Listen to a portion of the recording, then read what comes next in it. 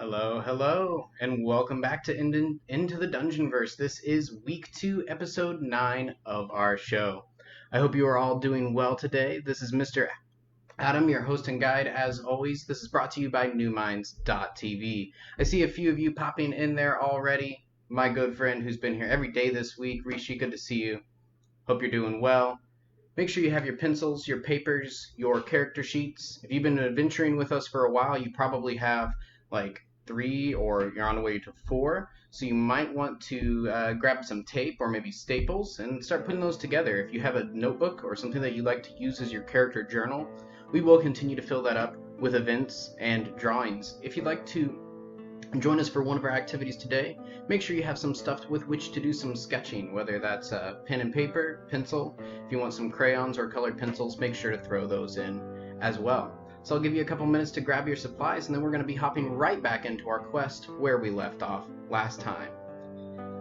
Remember to hop into the comments, let me know you're here. I'll make sure to give you a shout out whenever I see you. If you are watching in excuse me, I'm checking to make sure my stream is working. I got a confirmation. We're all good there. If you are in a watch party right now watching and you're reaching out to me in comments and you're wondering why I'm not getting back to you, it's because I don't see those comments until far after the stream is over. So if you want to interact with me directly, make sure to hop over to New Minds Enrichment and watch the stream directly, and I'll see your comments right away. Alright, let's hop right into it and get started again. We'll cover the rules briefly as always, but we want to hop into our story. So remember, if you are just hopping in today, that is totally okay. I'm going to show you how you get started. And you can always go back and watch our earlier episodes to see what happened and where your character was before they got to where they are now. Alright, so I wanted to cover a little bit just the methods of randomization, because this is something that we're creating as we go. We can use a coin toss, standard dice like six-sided that you find in Yahtzee or regular board game, a d20 if you have that, and then a randomization table, which is the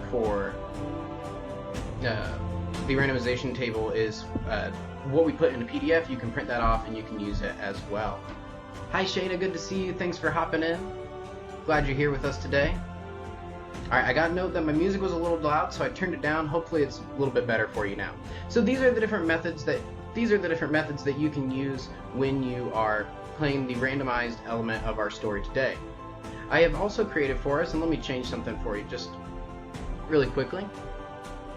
I've also created a difficulty chart for us. As we're going through different things and we're encountering all of these different challenges, we have different difficulties. Let me make it easier for you to see.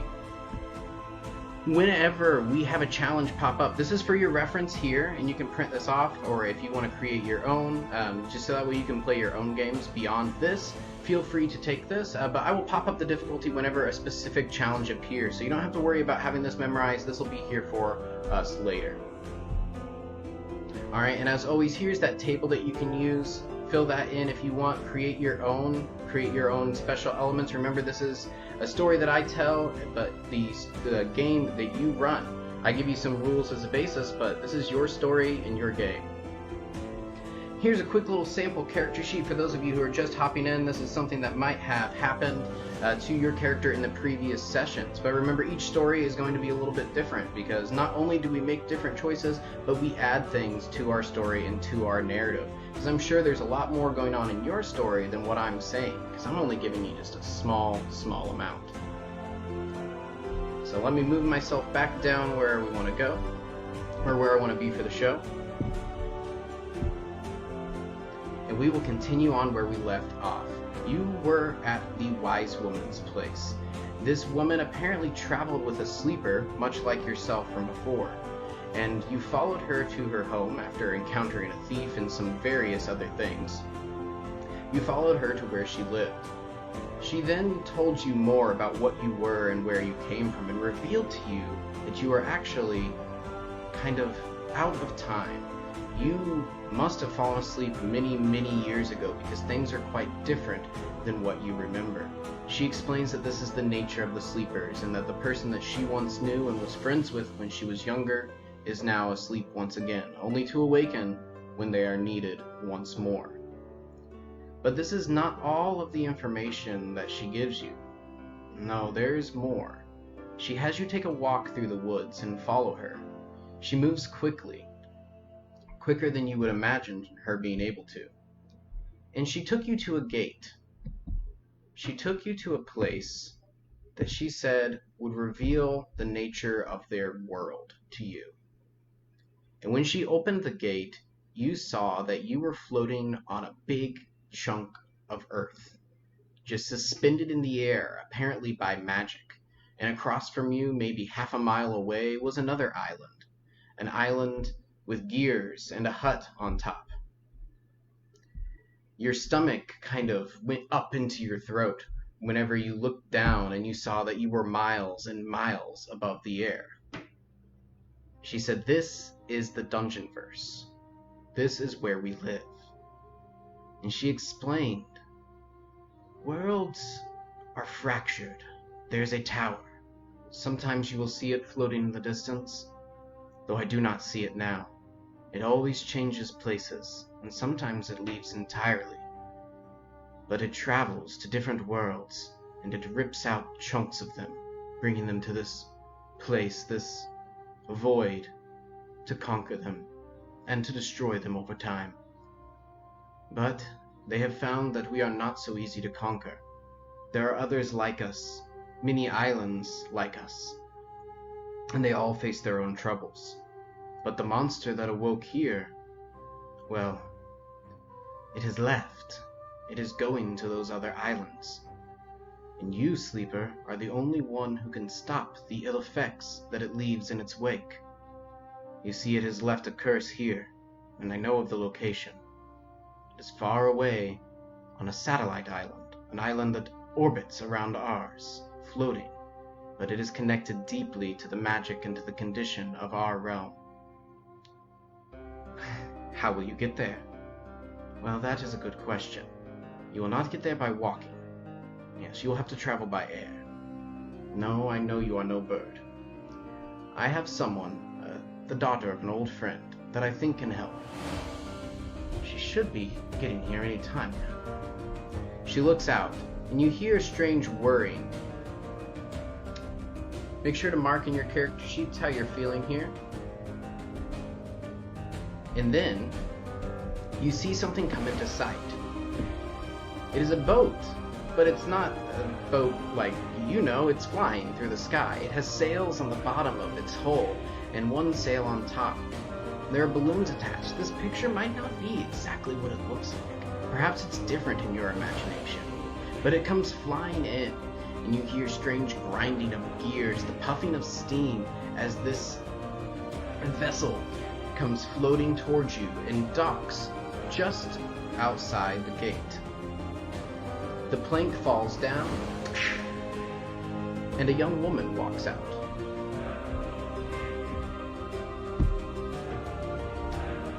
"Hey, Auntie." The wise woman smiles at her. "Remy, it is good to see you, and you have finally arrived. Hey, I got here, didn't I? Come on, who's this guy? Who's this person?" Remy walks up. She seems to be very casual in the way she approaches you, as if she doesn't really have a care in the world.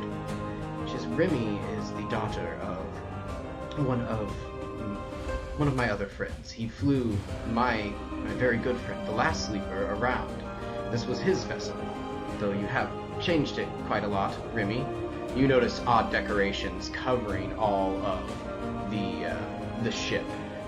Strange, quirky things, possibly handmade, possibly bought at a flea market. You're not sure. "Well, you know, I gotta freshen it up. The old man had some dusty taste." "So you didn't answer my question. Who is this person?" "Well, this is the new Sleeper, and this is your new job." "Okay. Well, you know I've got things that I want to do, Remy, dear." Remy kind of sighs and deflates a little bit. "Okay, where do you want me to take them?" "I want them to take them to the Heart Island, where the curse has fallen." "Great, curse. Excellent. I love curses. It's so much fun. What else do I want to do with my day?" Come on, my dad was into all this Destiny stuff, but I just wanna enjoy myself and, you know, not blow up in a volcano. We're not going to a volcano. She points at you. So now you are welcome to hop onto her ship. You can load any supplies you have. Maybe you go back and you stop in town to get something or to heal up at the hut. But the wise woman says, you must leave with haste. The curse is spreading from the Heart Island and will soon overcome it all. Please, do not dally. You can barely hear. Alright, I'm getting some comments that we can barely hear, so I'm going to change some things for us. Bear with me. Let's get our mic audio up a little bit.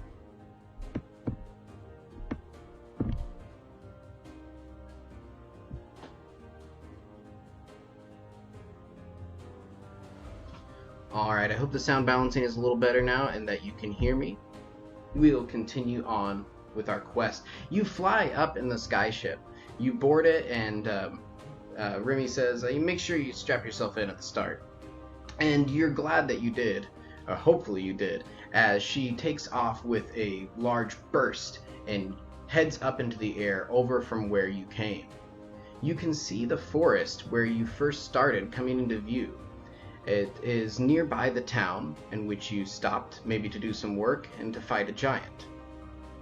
And when you see the forest, you're kind of befuddled because it is much longer than it possibly could have been. With the time that you spent traveling, it should not have been as long as it was, but it seems as if you would have been stuck in there for weeks had you actually traveled all of this distance. Perhaps you bring this up to Remy, or perhaps you comment out loud. And she'll say, oh, yeah, that's the forest. That's how it does. I went in there for what I thought was a couple of hours, and then I missed my graduation. And that was my first year that I started. It's an enchanted forest. It's very strange. You're going to find a lot of strange things like this in our world. And once this ship is in the air and cruising, you're going to see Remy sit back, kick up her feet on the wheel, keeping it in place, and she's going to pull out a strange cube. It is multicolored, and she can twist and turn it to change the sides that the colors are on. If you question her about it, she's just going to say, oh yeah, no, I found it. I don't know what it is. I'm trying to make a rainbow right now. That seems interesting to me. And how do you pass your time as you travel here through the sky? Do you read? Do you practice using your weapons? Do you train? Do you perhaps listen to a song that you play on your own instrument? Do you perhaps share music? How do you spend your time as you travel? You leave the island soon behind, and you are deep within the clouds. Rubik's Cube? I do not know what that is. You're deep within the clouds at this point, and you can feel the condensation. Your clothes are damp because you're going through these misty vapors. It is a pleasant trip and a pleasant ride. You might find yourself enjoying all of the scenery around you.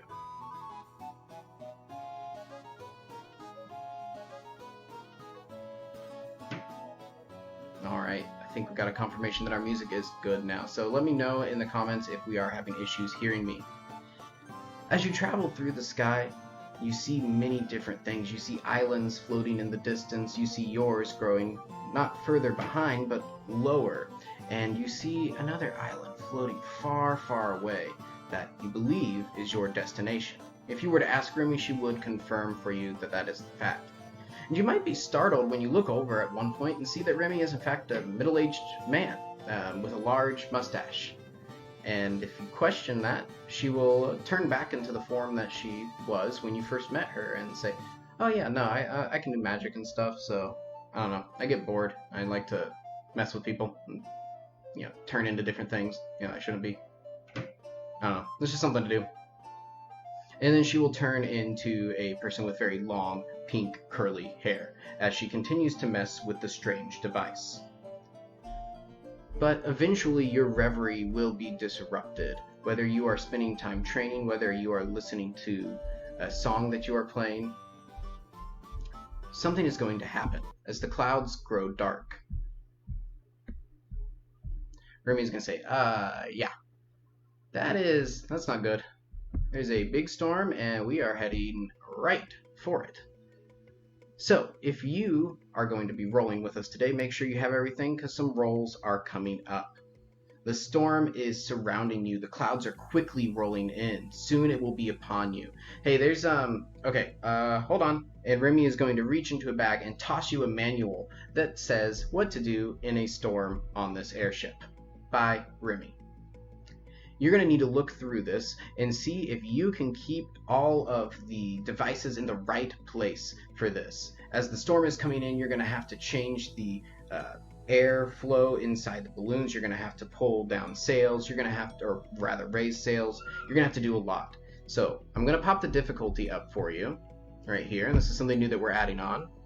And now you can see in your challenge what the difficulty is. So depending on the method that you are using is going to depend on what you use there. So check that out. All right, I'm getting a confirmation. Sound is good. All right, excellent. Floating islands. I like floating islands, Mr. T. Thanks for stopping in. All right, so roll for your challenge. Are you able to keep the sails exactly where you need it? Are you able to strap everything down? Or does the ship get damaged? Does something bad happen? Take your challenge. Coin tosses, 5 heads. Standard die is a 6 or higher on a single roll. A d20 needs to be a 16 or higher. In your table, you're going to roll 2 things and take the worst of those 2. Remember that your character might have bonuses depending on their background and depending on their proficiencies that you've created. Maybe your character used to spend time on a ship as a sailor. In that case, give yourself a little bit of a bonus. Maybe reflip one of those coins when you fail. Maybe give yourself a little bonus on your roll. Maybe roll twice, or maybe just roll once. It's up on the table. It's totally up to you to create those extra elements to add to your character. Alright, I'm going to give you 30 more seconds to roll and determine if you were successful or not, and then we will see the results of this sudden storm.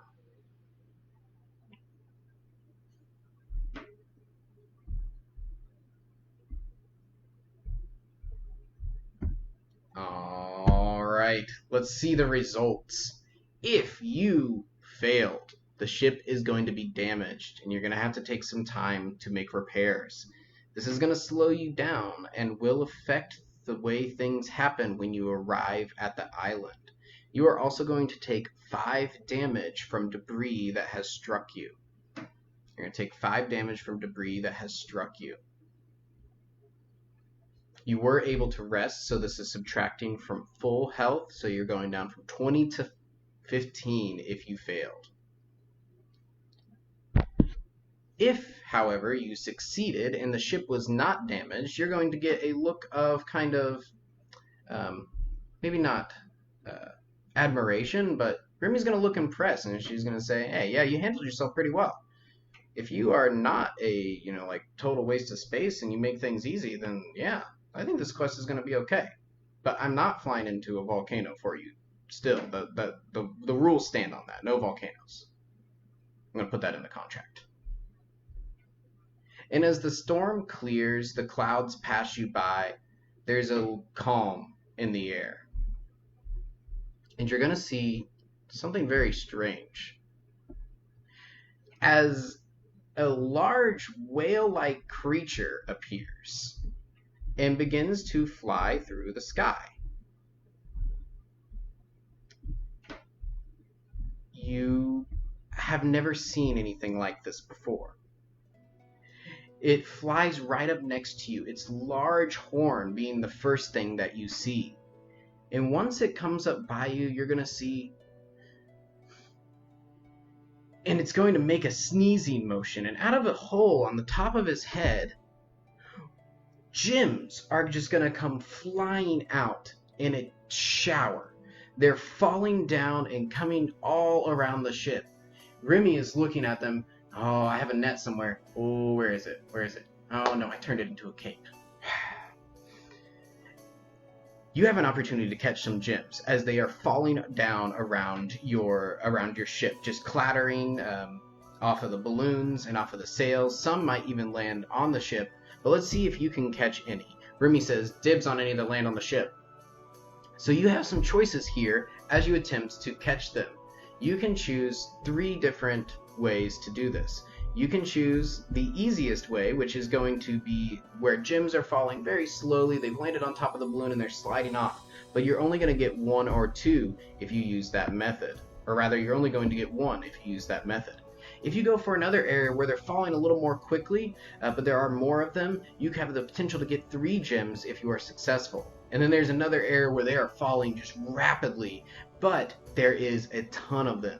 So you get to choose your difficulty. Are you going to choose the easy, the medium, or the very hard? Remembering that the greater the risk, the greater the reward. I'm going to give you a minute to roll and see what is your result. Are you successful? How many gems do you get? Do you miss them all? Take a moment to roll. Remembering that you can come up with your own games for this as well. Maybe you have something that you want to act as gems. You can have your sibling toss them up in the air, see how many you can catch. But don't go any higher than 5.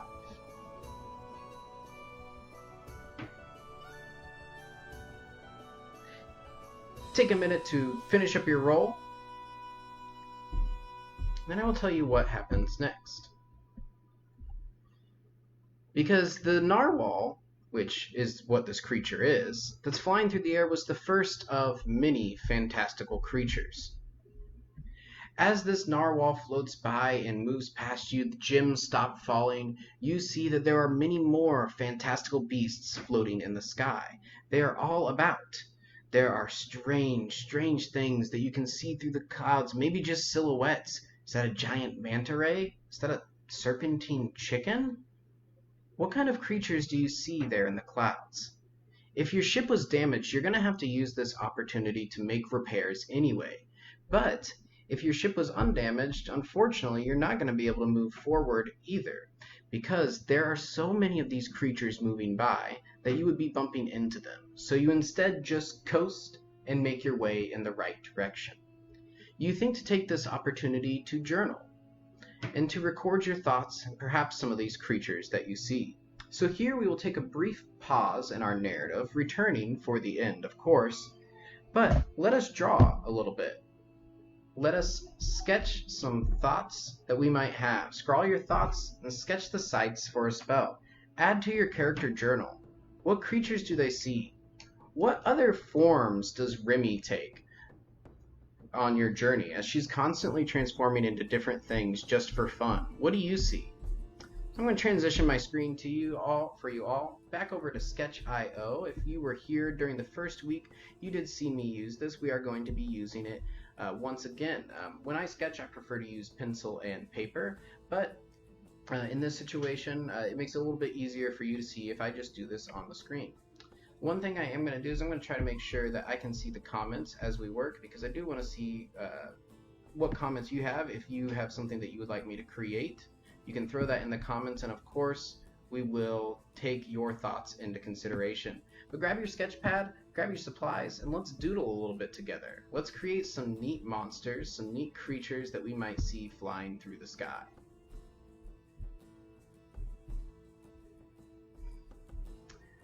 The Smeagol needs to become more rare. We'll use Smeagol again at some point, but no Smeagol right now.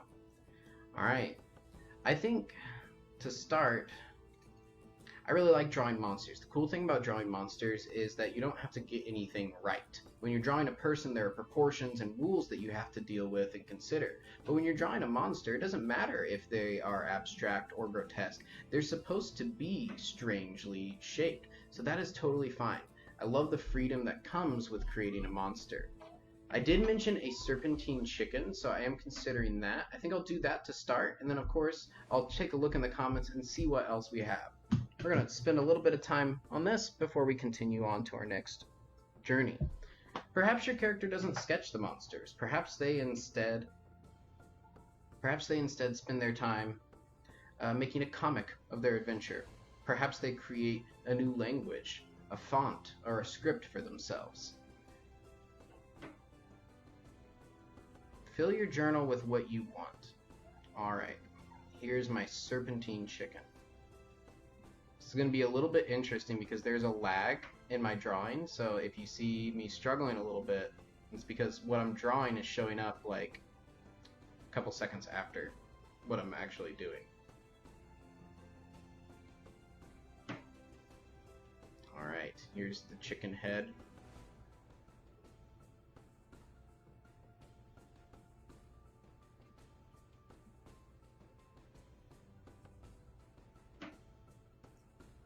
Creating some feathers here to show the differentiation. I'm just going to go with a chicken head on... Oh, I don't like that line, so I'm going to delete that one. Go back to it.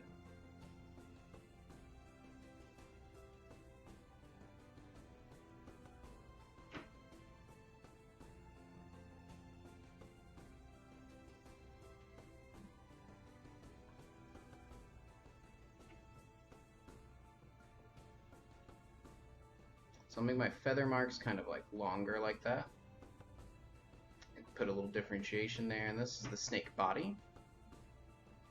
Once I finish this one, I will hop back into the comments and see what you all want me to draw, what you're creating.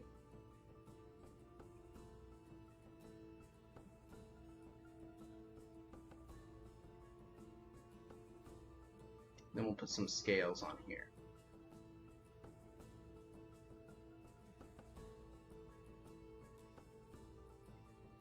Of course, I am doing mine a little more quickly. I'm sketching it because I want to draw some multiple things while we're here today. If you're doing something like scales, definitely take your time and make sure to layer them in a way that reflects the movement of the body.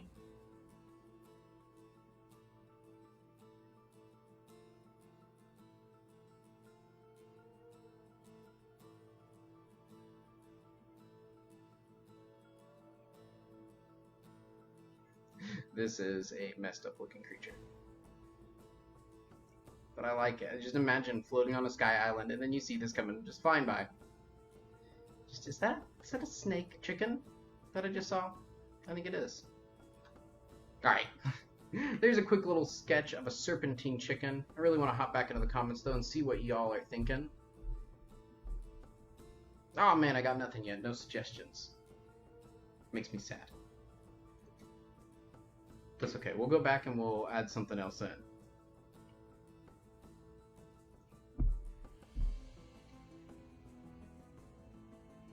So we have our serpentine chicken here.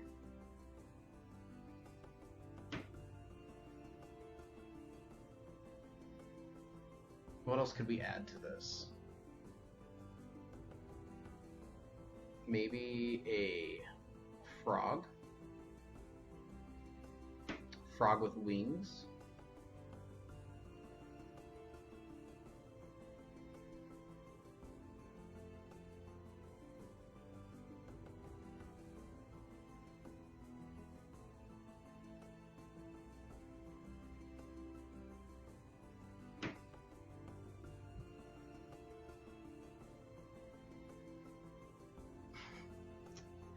Oh, this is a special page.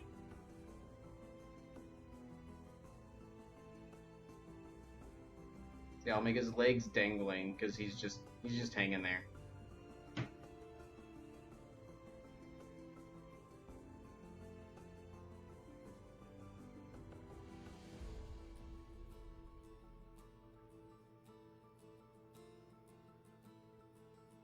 And then we'll put some wings on him. Maybe you don't want to draw the creature. Maybe you're really excited about the idea of an airship. Maybe that's something you haven't seen before. Maybe you want to draw an airship. Maybe you want to add something to your design, because there's a lot of different ways that we can make it. Draw a flying banana fish. A flying banana fish. Okay. I'm going to have to create some space for that. If we can make that work. Alright, I'm going to create a new sheet for this. Let's get a flying banana fish in there.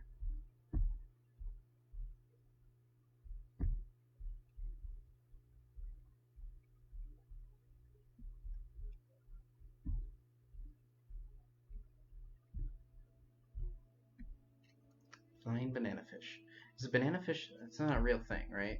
Are we basing it off of something that I don't know? Because right now I'm just going to draw a banana that looks like a fish. Let us draw that.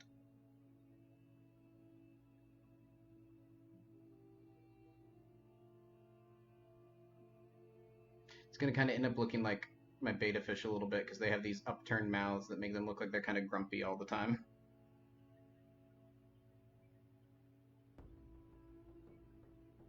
There's its eyes there, its little fin. Then here's the stem of the banana, so you can tell it is actually create the gills here. And of course we can add some scale texture in. I'm not going to do it as much on that one. Scaly banana is not something I want to imagine. We'll put some fins on the bottom. Yeah, I'm totally basing this off of my beta fish now.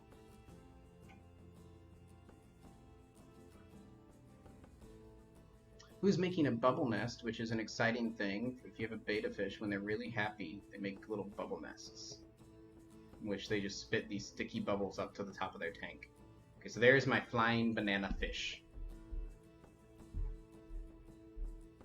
Flying bunch of banana fish, 1,000 eyes. I don't know about 1,000. I think one of these things is enough. Alright, so I want to draw an airship as well. Maybe give you all some inspiration for what you're doing. I like my airships to have a little bit of combination of steam, a little bit of combination of balloons for their power. So I'm going to start with the balloon. Oh, that was much too large, but we'll work with it. So sketch out my balloon here. Kind of give it a point. And then we're going to create some elements that kind of strap it down to the base of our ship. So this is kind of the anchor. And I'll put my ship down here.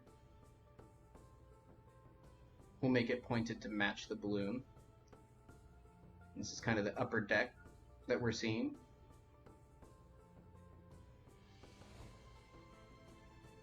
And I really like the image that we had. It had those little sails on the bottom. I thought that was really cool because it kind of mimicked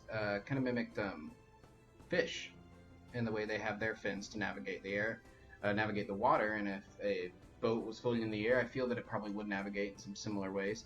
But let's put some sort of crazy device here on the back. I like to have some steam propulsion in mind. So we'll put this device here. We'll make it kind of have a curl and come out in this big trumpet-like shape, and then shoot, have some steam shooting out of there. Okay, maybe the wheel for the boat is right up here at the front. Is this what your airship looks like, or does yours look different?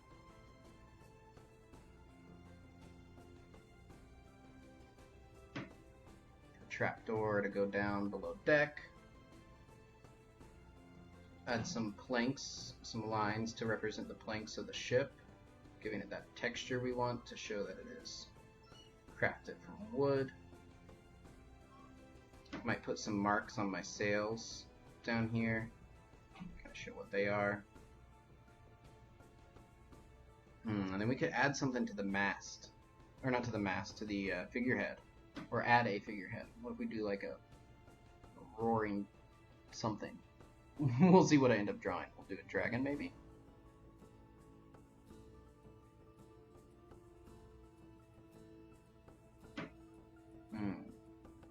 So sometimes with this program, the line sensitivity can get really sketchy, and I'm trying to make these tiny lines, and it ends up just making these big blocky dots.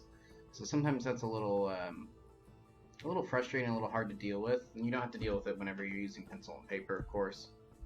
But that's okay, because I'm enjoying making these airships with you. I'm enjoying creating some fun art that doesn't have to be perfect. So yeah, I'm going to leave it. We're going to work with it, because I'm having trouble deleting it as well. So it's this large, toothy monster thing. We'll put an eye on it so that way we know. It's this multi-jawed monster on the front to show that it is an intimidating creature. Alright, we'll put some straps across the balloon to indicate that it's being held in place. And there, I think we've got our airship. And we've got a flying banana fish. Hop into the comments one last time before we end our drawing segment today. flying piece of steak so I can eat it raw. But the question is, will it be wriggly? Alright, I will do a giant piece of flying steak. It'll be a T-bone, classic cartoon style.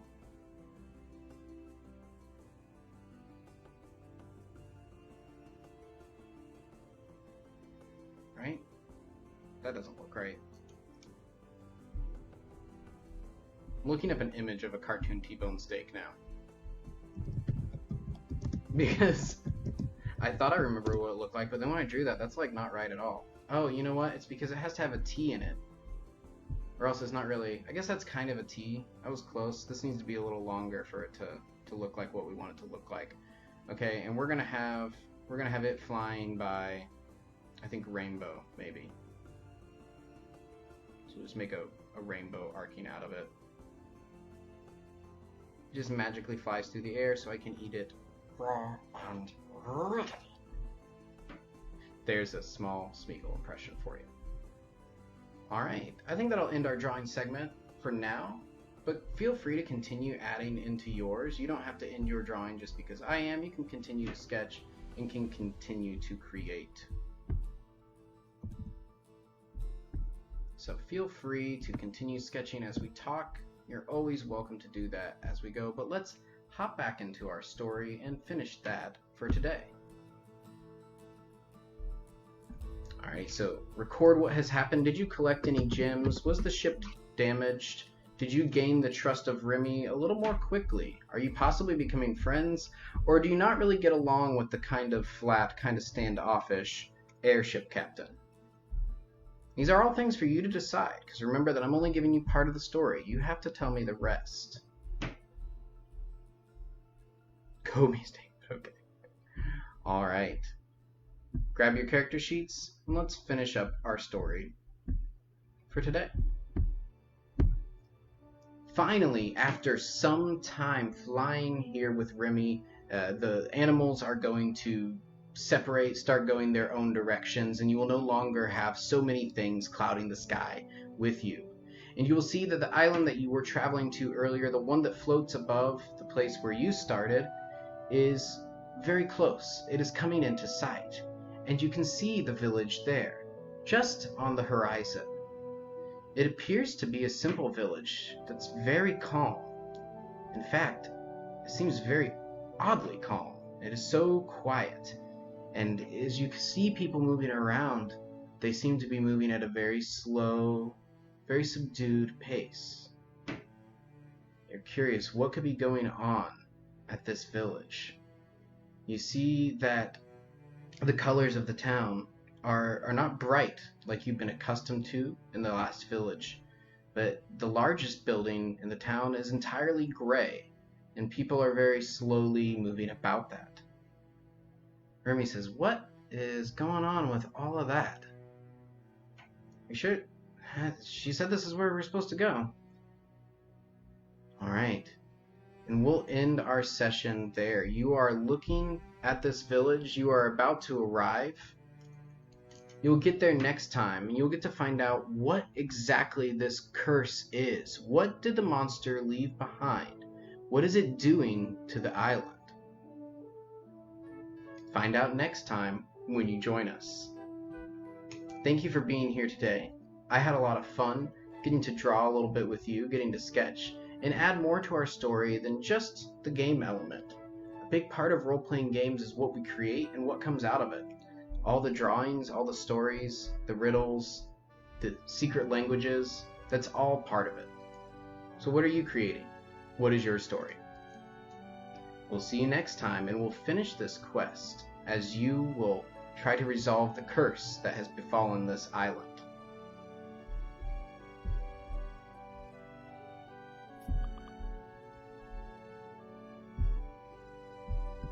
Thank you, ladies and gentlemen. That was episode 9 of week 2 of Into the Dungeonverse. I really appreciate you being here. We've got some awesome shows lined up for the rest of the day, but I appreciate you being here for this hour and this time. If you are going back and watching this later, remember that you can always pause, and if this is your first episode, remember to hop back into those earlier ones. Thank you for tuning in to some real inspired learning for all. Remember to always pursue your passion until it becomes your talent. This has been Mr. Adam with Into the Dungeonverse. Up next is Round the World with Mr. Walter. We will catch you all on the next quest. You have a great day.